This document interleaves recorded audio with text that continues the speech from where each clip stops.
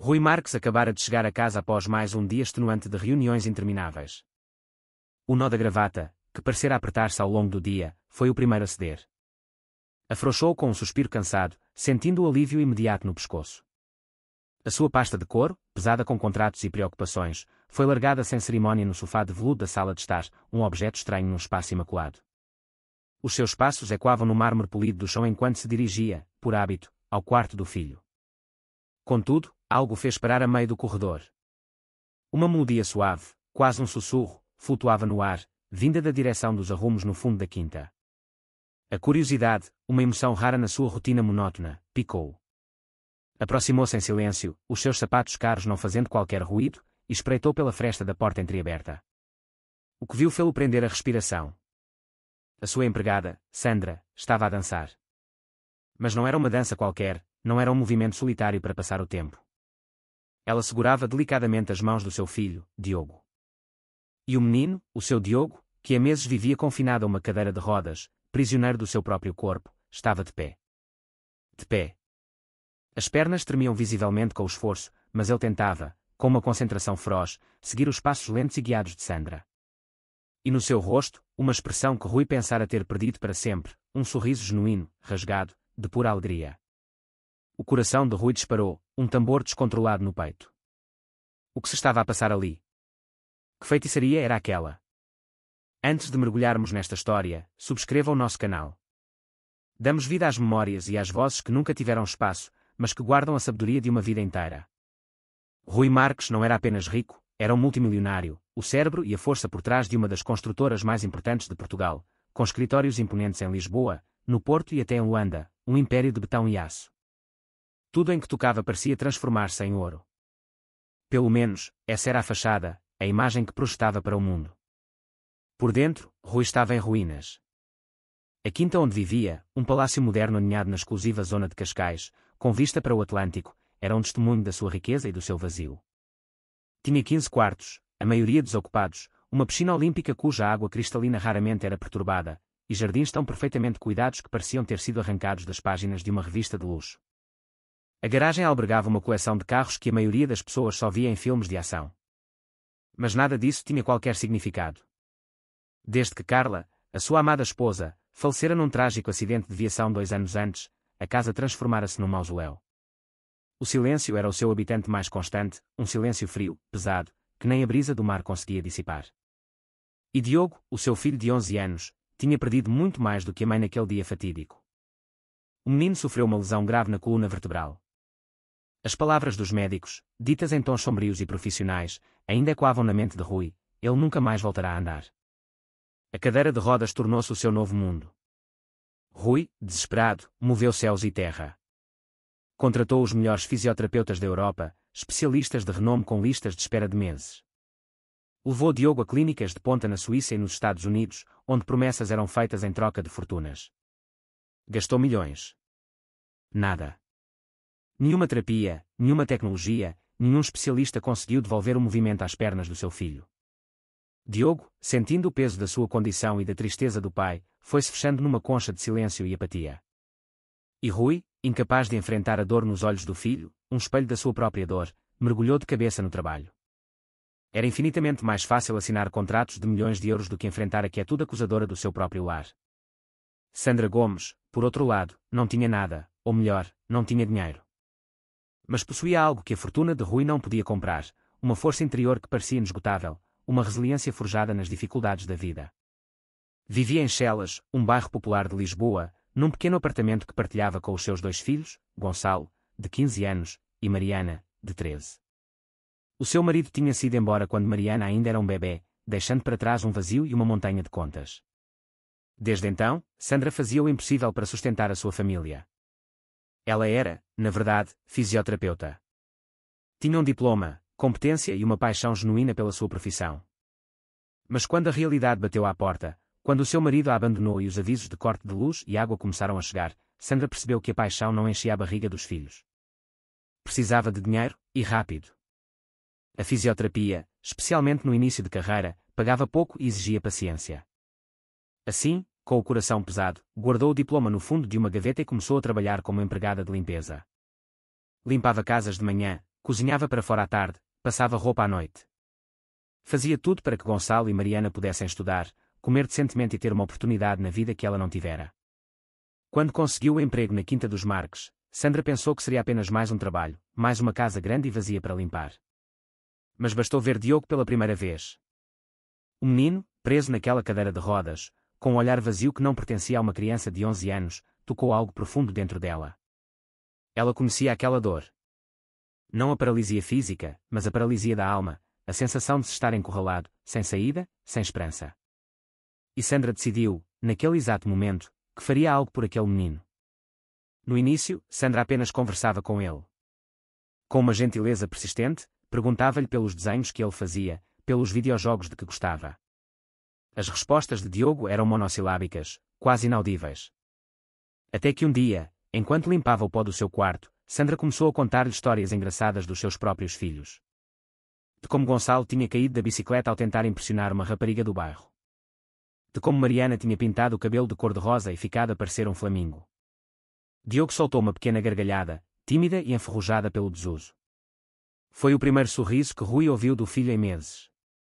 A partir desse dia, uma porta abriu-se. Sandra começou a introduzir pequenos movimentos nas atividades diárias, de forma subtil e lúdica. Diogo, passas-me aquele livro ali na prateleira de baixo. Tenta esticar-te para chegares a este comando. Vamos fazer um pequeno alongamento, só para não ficares com as costas doridas nessa cadeira. Eram exercícios de fisioterapia disfarçados de brincadeira. Diogo nem se apercebia de que estava a ser submetido a uma terapia. Mas Sandra sabia. Ela estava a usar todo o conhecimento que adquirira na universidade, aplicando-o com delicadeza, sem pressão, sem a atmosfera clínica que o menino tanto detestava. E, milagrosamente, o corpo de Diogo começou a responder. Músculos que estavam adormecidos começaram a despertar, os movimentos tornaram-se mais firmes, mais coordenados. A esperança, uma pequena chama trêmula, voltou a brilhar nos seus olhos. Foi nessa altura que Carla Fernandes entrou na vida de Rui. Foi contratada como diretora de operações da construtora, uma posição de grande responsabilidade. No entanto, desde o primeiro dia, ficou claro para todos que as suas ambições iam muito além da sala de reuniões. Carla era a imagem da elegância e da inteligência calculista. Sabia exatamente o que dizer e quando dizer para se insinuar na vida de Rui. Aproximou-se dele com a desculpa de relatórios urgentes e reuniões fora de horas, mas rapidamente os encontros profissionais deram lugar a jantares íntimos. Ela ouvia os seus desabafos, oferecia um ombro amigo e, pouco a pouco, tornou-se a sua confidente. Rui, carente de afeto e perdido no seu próprio luto, não percebeu o jogo de manipulação. Mas Diogo percebeu. As crianças têm um radar infalível para a falsidade, e o rapaz não gostava dela. Observava a forma como Carla olhava para Sandra com um desprezo mal disfarçado, como tratava os restantes empregados da casa com sobranceria quando Rui não estava por perto. E, acima de tudo, via os ciúmes evidentes que ela sentia da relação especial que se estava a formar entre ele e a empregada. Carla não era estúpida. Percebeu que Sandra tinha uma influência sobre Diogo que ela jamais conseguiria ter. E pior, notou que Rui começava a reparar nas melhorias do filho e a olhar para Sandra com uma gratidão crescente nos olhos. Isso era perigoso para os seus planos. Carla precisava de agir, e rápido. Rui tinha notado. Sim. E os médicos também. O doutor Paulo, o fisioterapeuta que acompanhava Diogo há mais de um ano, estava perplexo. Não faz sentido, disse ele a Rui após uma sessão de avaliação. O Diogo está a apresentar progressos que eu não consigo explicar cientificamente. Os reflexos estão mais rápidos, a tonicidade muscular está a melhorar. Algo mudou. Foi então que Carla Fernandes plantou a primeira semente da desconfiança, com a sua voz melosa e aparentemente preocupada. Rui, já reparaste no tempo excessivo que essa empregada passa com o teu filho? Não achas estranho? Tu sabes realmente quem ela é. O veneno estava ali, disfarçado de preocupação. Rui, cuja confiança nas pessoas fora abalada pela tragédia, começou a questionar-se. Quem era realmente Sandra Gomes? Por que é que se preocupava tanto com Diogo? Haveria alguma intenção oculta, algum plano por detrás daquela bondade? Sabia que era absurdo, mas a dúvida, uma vez plantada, começou a roê-lo por dentro. E fez algo que nunca imaginara fazer. Instalou câmaras de vigilância ocultas na sua própria casa. As primeiras gravações quase lhe pararam o coração. Viu Sandra levar Diogo para os arrumos no fundo da quinta. Viu-a transformar aquele espaço poeirento e esquecido numa espécie de clínica improvisada, com colchões de ginástica, bandas elásticas e bolas de fisioterapia que ela própria comprara. Viu-a aplicar técnicas profissionais, movimentos precisos, exercícios terapêuticos complexos. Um dia, viu-a a dançar com ele, com passos de valsa, sorrindo suavemente. E viu Diogo a responder, a sorrir, a esforçar-se, a progredir. Rui ficou em choque. Quem era, afinal, aquela mulher? Foi num sábado à tarde que tudo explodiu. Gonçalo e Mariana, os filhos de Sandra, tinham ido visitar a mãe ao trabalho. Rui nem sequer sabia que ela tinha filhos. Diogo recebeu-os com um entusiasmo contagiante, apresentando os seus novos amigos ao pai como se fossem heróis de uma história de aventuras. Gonçalo tinha levado uma consola de jogos portátil. Mariana trouxe uma pilha de livros de fantasia. Os três riam, jogavam, e pela primeira vez em anos, a quinta parecia ter vida, o som de risos de crianças a quebrar o silêncio fúnebre. Rui observava tudo à distância, um turbilhão de emoções a agitá-lo, confusão, inveja, admiração. Como é que aquela empregada humilde tinha conseguido criar filhos tão educados, bondosos e inteligentes? Como é que ela conseguia dar-lhes atenção, carinho e estrutura, enquanto ele, com toda a sua fortuna, mal conseguia olhar para o seu próprio filho? Mas Carla viu a cena de uma forma completamente diferente. Viu uma oportunidade para atacar. Nessa mesma noite, confrontou Rui, a sua voz carregada de uma indignação calculada. Tu viste? Ela trouxe os filhos dela para a tua casa sem a tua permissão. Está a tratar este lugar como se fosse dela. E pior, Rui, ela está a fazer fisioterapia clandestina com o teu filho. Ela não tem uma licença válida. Se alguma coisa correr mal, o responsável és tu. Ela pode estar a pôr o Diogo em risco. Rui sentiu o sangue gelar nas veias. Era verdade. Sandra não tinha autorização para exercer. E se algo corresse mal? E se Diogo se magoasse gravemente? A lei estava do lado de Carla, mas o seu coração dizia-lhe outra coisa. Na segunda-feira de manhã, Rui chamou Sandra à biblioteca. A tensão no ar era tão densa que se podia cortar a faca. Ele estava de pé, de braços cruzados, a sua expressão severa. Sandra soube imediatamente que algo estava muito errado. Sandra, eu preciso da verdade. O que é que andas a fazer com o meu filho? A sua voz era dura, mas por baixo da dureza, ela conseguiu detectar uma nota de tristeza. Sandra respirou fundo. Sabia que este dia chegaria. E decidiu não mentir. Senhor Rui, eu sou fisioterapeuta. Ou pelo menos, era. Formei-me há 15 anos, mas tive de abandonar a profissão quando o meu marido se foi embora. Precisava de dinheiro rápido para criar os meus filhos. Quando vi o Diogo, vi um menino que estava a desistir da vida, e eu não consegui ficar de braços cruzados. Comecei a ajudá-lo com exercícios simples, disfarçados de brincadeiras. Nunca quis enganar ninguém. Só queria que ele recuperasse a esperança. A sua voz tremeu, mas ela manteve o olhar fixo no dele. Eu sei que errei. Sei que devia ter pedido a sua autorização. Mas, Sr. Rui, olhe para o seu filho. Ele está a sorrir outra vez. Ele está a tentar. Ele tem esperança. A minha intenção nunca foi fazer mal. Foi só amor. Amor de mãe, amor de alguém que sabe o que é o sofrimento e não quer ver outra criança sofrer também. Rui sentiu um nó apertar-se na garganta. Estava prestes a responder quando a porta da biblioteca se abriu de rompante. Diogo entrou, empurrando a sua própria cadeira de rodas com uma determinação feroz. Pai, não despeças a Sandra. Por favor. A voz do menino era firme, mais firme do que Rui a ouvir em anos. Ela foi a única pessoa que acreditou em mim. Os médicos disseram que eu nunca mais ia andar. Tu também acreditaste nisso, pai. Tu desististe de mim. Mas ela não. A Sandra fez-me acreditar que eu conseguia. E eu estou a conseguir. E então, perante os olhos incrédulos de Rui, Diogo agarrou-se aos apoios da cadeira, fez força com as pernas e levantou-se. Tremia da cabeça aos pés, mas estava de pé. 10 segundos. 15. 20. As lágrimas, há tanto tempo contidas, rolaram livremente pelo rosto de Rui.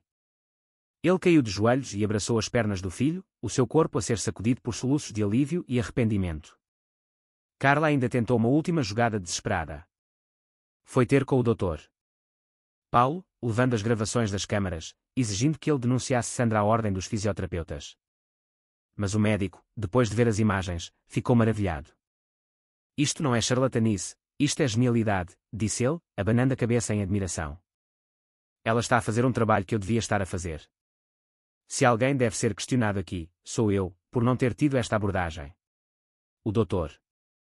Paulo foi ter com Rui e fez-lhe uma proposta inovadora. Reative a licença da Sandra. Eu próprio a treino nas técnicas mais modernas e, juntos, criamos um protocolo de tratamento para o Diogo que pode mudar a vida dele para sempre. Rui não hesitou um segundo. Pagou do seu bolso a reativação da licença de Sandra, financiou cursos de atualização e transformou os antigos arrumos numa verdadeira clínica de fisioterapia, equipada com a mais recente tecnologia. Quanto a Carla Fernandes, Rui finalmente viu-a por quem ela realmente era. Despediu-a em frente a toda a equipa de gestão. Você tentou destruir a única pessoa que trouxe esperança à minha casa. Não tem lugar aqui, nem na empresa, nem na minha vida. Carla saiu furiosa, humilhada, mas derrotada. E a quinta, finalmente, voltou a respirar. 6 meses depois, Diogo já dava pequenos passos com a ajuda de um andarilho. Rui tinha mudado profundamente. Reduziu drasticamente a sua carga de trabalho. Jantava com o filho todas as noites e, pela primeira vez em anos, estava verdadeiramente presente. Mas ele queria mais. Olhou para Sandra, para o Dr.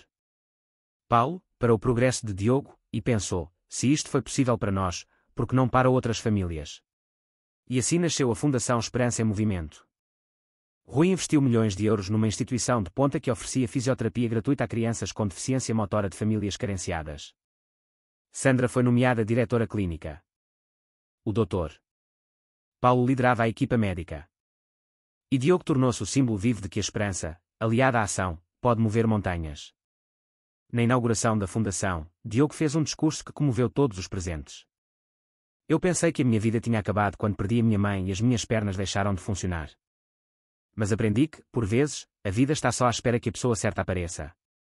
A Sandra ensinou-me que desistir nunca é uma opção. E o meu pai ensinou-me que nunca é tarde para recomeçar. Esta fundação é para todas as crianças que, como eu, acreditaram que já não tinham uma oportunidade. Vocês têm, e nós vamos provar-vos isso. 2 anos depois, Diogo caminhava sozinho. Ainda tinha limitações, ainda precisava de acompanhamento, mas caminhava. Corria. Vivia. Gonçalo e Mariana continuaram a ser uma presença constante nas suas vidas. Gonçalo entrou na Universidade de Engenharia com uma bolsa de estudo integral, patrocinada por Rui. Mariana tornou-se voluntária na fundação, ajudando outras crianças como Diogo. Rui nunca mais foi o mesmo. Começou a escrever um diário todas as noites, refletindo sobre tudo o que aprendera. Numa das últimas páginas, escreveu: passei a vida inteira a acumular dinheiro, acreditando que isso me traria felicidade. Mas foi uma empregada humilde, com um coração maior do que qualquer fortuna, que me ensinou o que realmente importa. A verdadeira riqueza não está no banco, está nas pessoas que amamos, nas vidas em que tocamos, no amor que deixamos para trás. A quinta, antes fria e vazia, transbordava agora de vida. Diogo convidava amigos para dormir em casa. Sandra organizava almoços de domingo que se prolongavam pela tarde. Gonçalo e Mariana apareciam sempre, trazendo consigo histórias, gargalhadas e uma bem-vinda desarrumação. E Rui, sentado à cabeceira da mesa, observava tudo aquilo e sorria. Tinha perdido Carla, a sua esposa, mas tinha ganho uma família que nunca imaginara ter. Uma família construída não sobre laços de sangue, mas sobre pilares de amor, gratidão e segundas oportunidades. A Fundação Esperança em Movimento cresceu, tornando-se uma referência nacional. Centenas de crianças foram atendidas, dezenas voltaram a andar, todas voltaram a sonhar. Diogo, agora com 15 anos, era um voluntário ativo. Visitava hospitais, conversava com crianças recém-diagnosticadas e dizia-lhes sempre a mesma coisa: não desistas. Eu sei que dói, sei que parece impossível, mas eu também acreditei que nunca mais ia andar. E olha para mim agora. Sandra continuava a ser a alma da fundação. Já não era a empregada de limpeza, era a diretora, a inspiração, a prova viva de que nenhum sonho é pequeno demais e nenhuma pessoa é invisível demais para mudar o mundo. E Rui, finalmente, compreendeu a lição que a vida tentara ensinar-lhe desde o início. O verdadeiro tesouro nunca esteve nos seus cofres, nas suas empresas ou nos seus carros de luxo. Estava nas mãos calejadas de uma mulher que limpava o chão, mas que tinha um coração capaz de curar muito mais do que ele alguma vez imaginou. A Quinta dos Marques já não era um lugar de tristeza. Era um lar. Um lar cheio de amor, risos, esperança e segundas oportunidades. Um lar que provava, todos os dias, que por vezes as maiores revoluções começam com os gestos mais pequenos, e que o amor, quando é verdadeiro, não conhece barreiras, classes sociais ou limites. Porque, no final, o que nos salva não é o que temos, é o que damos. E o que Sandra deu àquela família foi muito mais do que fisioterapia. Foi vida. Foi esperança. Foi amor. E você, o que acha desta história? Emocionou-se? Identificou-se?